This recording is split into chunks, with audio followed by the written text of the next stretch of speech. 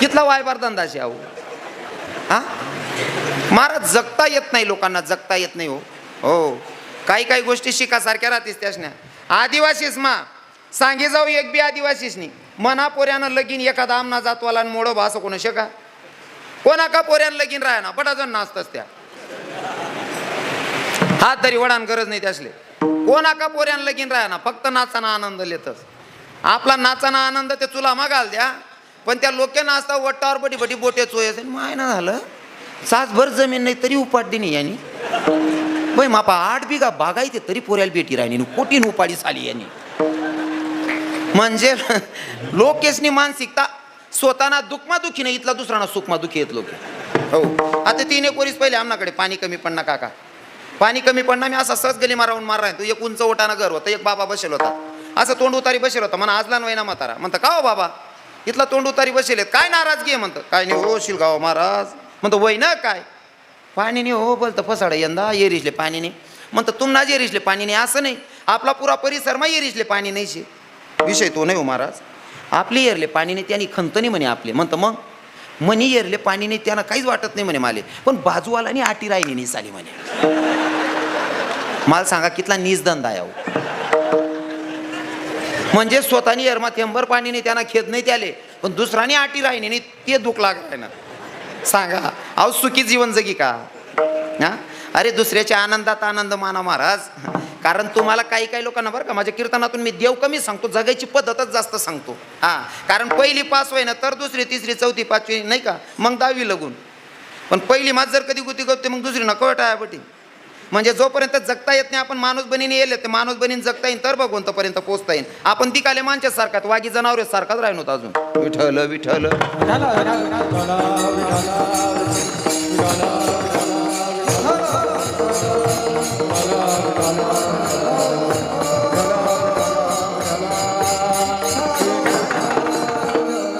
हा मला आता थोडा टाइम समजा नाही जमले आडे बसेल होते म्हणा आदिवासी बांधव कारण त्या बिचारा बोलता भूषण मग तारीख दिले पुऱ्याले.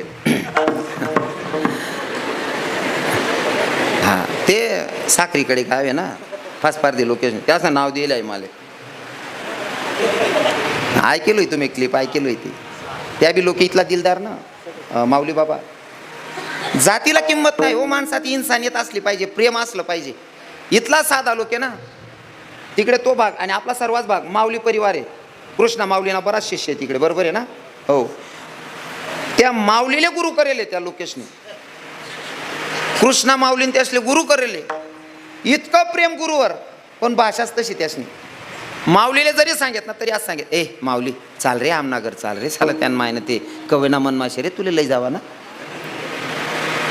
आदर आहे गुरूंबद्दल पण भाषाच तशी माऊली बाबा. आणि नेमकं त्याच ना गावात ते कीर्तनकार महाराज मरी घेतात ताजुद्दीन बाबा. बाबा मरणात दसवाना कीर्तन म्हणत होतं.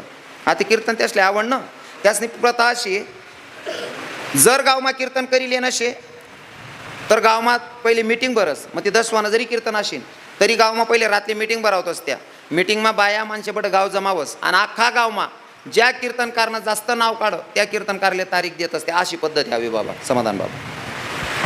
नेमकं त्यासनी रात्री मीटिंग होई नी त्यासले म्हणा नाव माहीत नाही एकच कीर्तन व्हायला होतं त्यासनी चर्चा फुल होई जायला होती. तटे ना एक महाराज त्यासनं मला फोन होणार म्हणे हे महाराज म्हणतं काय ते आमना गावले कीर्तनले ये रे तू म्हणतो हो म्हणा बाप ये रे तू म्हणतात चांगला कुंदा मात्याचे रे भाऊ. मग त्या महाराजना भाव म्हणजे मला माहिती होतं त्या लोके खूप दिलदार राहतस मनना इतका साफसुथरा राहतस अंतकरण पायी प्रेम करतस. पुरा गावमा 99% माडकरी आहेत त्या फाशपारदी लोक आहेत पण 99% माडकरी आहेत. त्या बाबांना मला सांग म्हणे महाराज अरे आमना गावमा मीटिंग भरेल शे बट्या बाया सांग ना त्यान मायना साला त्या बुऱ्याल बोलावा रे साला ते सांगच बी मस्त नाचच बी मस्त साला ते म्हणतं भाऊ तारीख देऊ नको रे पण इथला कुमचाड नको रे आपा. जातीपातीला महत्व नाही महाराज तुमचं अंतकरण किती शुद्ध आहे त्याच्यावर तुमचं वागणूक ठरवते तुम्ही कसे आहात नाही का. मग आदिवासी लोक जर लगीन बी राही ना आडे बसेलेत म्हणे आदिवासी माया बसेल होते ते त्या लगीनमा सुद्धा गाणं म्हणतेस ना काय गाणं राहतच देवनाच गाणं होत्याच मग. हां ते गाणं म्हणते 3-4 वर्ष पहिले म्हणून माऊली बाबा. ते कोणी बिचारा हिरोनी काढली ना ते पुरं फुल मार्केटमध्ये चालू आहे ना ते गाणं आधी. हां म्हणे आदिवासी माया. पहिले आता बरं आहे वातावरण चांगलं होई. पहिले ऊस तोडायला जायला राहत आणि पहिला पाणी पडे तर लग्न राहत त्यास ना. पहिला पाणी पडे तर लग्न राहत आणि गावमा येत त्या 4 महिना 8 महिन्यानंतर गावमा येणार आहे. येरारले भेटेत इथला जीवाडा इतकं प्रेम राहे. बाप बाप बाप लगीन मा ती नवी साडी नेसेल राहे. त्यांना मारुती राहायला नैवेद्य देवाले त्या उडीदना पापड कुरडा आणि त्या टोपलामा भरेल. आणि पहिला पाण्यानं वादळ बी पहिले बोलता सुटेत. ते पहिला पाण्यानं वादळ मग त्या पापडेनारा उडेत त्या कुडाणाऱ्या उडेत आणि त्या बाया येरारले लय नाही मायता पाप लय नाही काही फिरण ये वय नाही येई बाकी ना वय नाही माई अजून लुगडा बी नाही येशील वय नाही लाली बिली लाव नाही येई माय ती येडीन माय फिरण ये बाणट सुरत नाही वय नाही येई इथलंच सुटील तरी राहिले राग नाही रुसवाने. लग्नास मग त्या मारुती राहिले नैवेद्य देवाला जाय तरी त्यास ना गाणं असा देवणार आहेत. उठरा उठरा हनुमान तुला मानस लगीन निघारी ना निवतान तुला देनास. हा भिल्ल सामान्य बाया देऊन करता गाणं म्हणत. उठरा उठरा हनुमान तुला मानस लगीन निघारी ना निवतान तुला देनास. आता आपल्या चांगल्या मोठल्या जातण्या बाया म्हणतील कोणी टाकी अंगण मा खाट शिलगाई दिवस होती काटले यंदा इथला का दांगडो घुशे ना. हा तुम्ही केस का कर देते बहिणी जोन म्हण नावने शिलगाई दिवस होती खाटले राहू द्या. विठ्ठल विठ्ठल विठ्ठल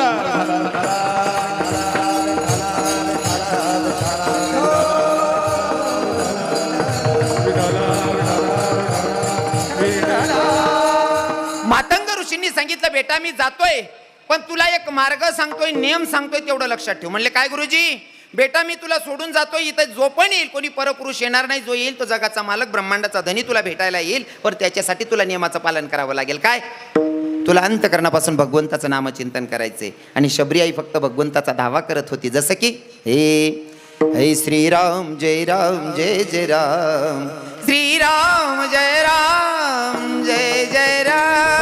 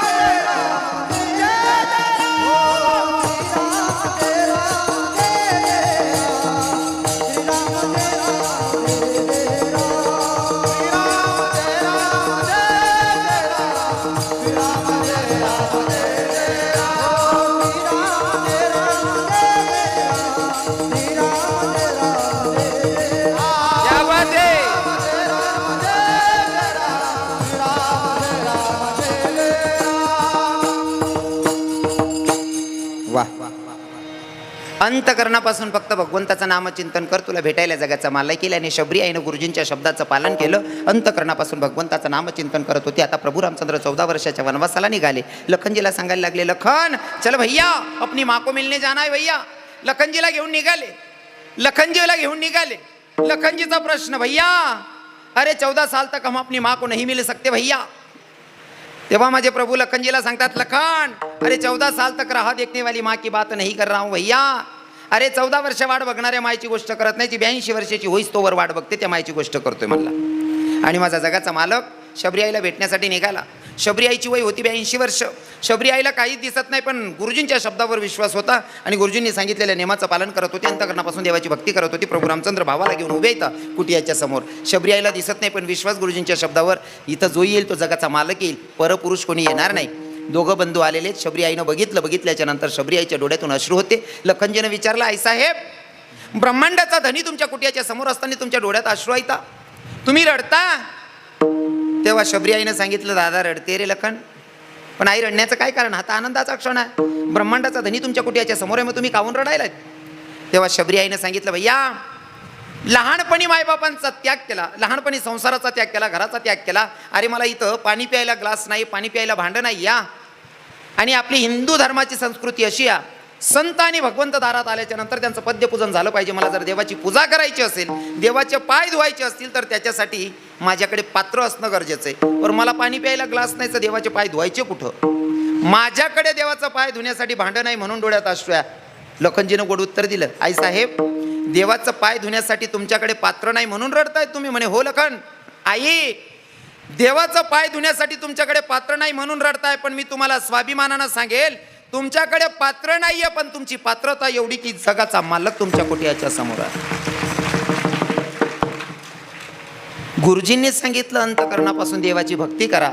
फक्त भगवंताचं नामचिंतन केल्याच्या नंतर भगवंत तिला भेटायला आला. आई शबरीला रात्रंदिवस नामचिंतन केलं म्हणून भगवंताची प्राप्ती. साधकांनी सांगितलं ठीक आहे नाथबाबा तुम्ही म्हणसान त्या शब्दावर आम्ही विश्वास ठेवतो. रात्रंदिवस नामचिंतन केल्याच्या नंतर भगवंताची प्राप्ती होते. बरं ठीक आहे आम्ही रात्रंदिवस नामचिंतन करू. मग देवाला एवढंच आवडेल नाही आम्हाला जवळ करेल का? नाथबाबा सांगतात अरे ही तर सुरुवात आहे, मग अजून पुढचा नियम आहे का? अभंगाच्या दुसऱ्या चरणात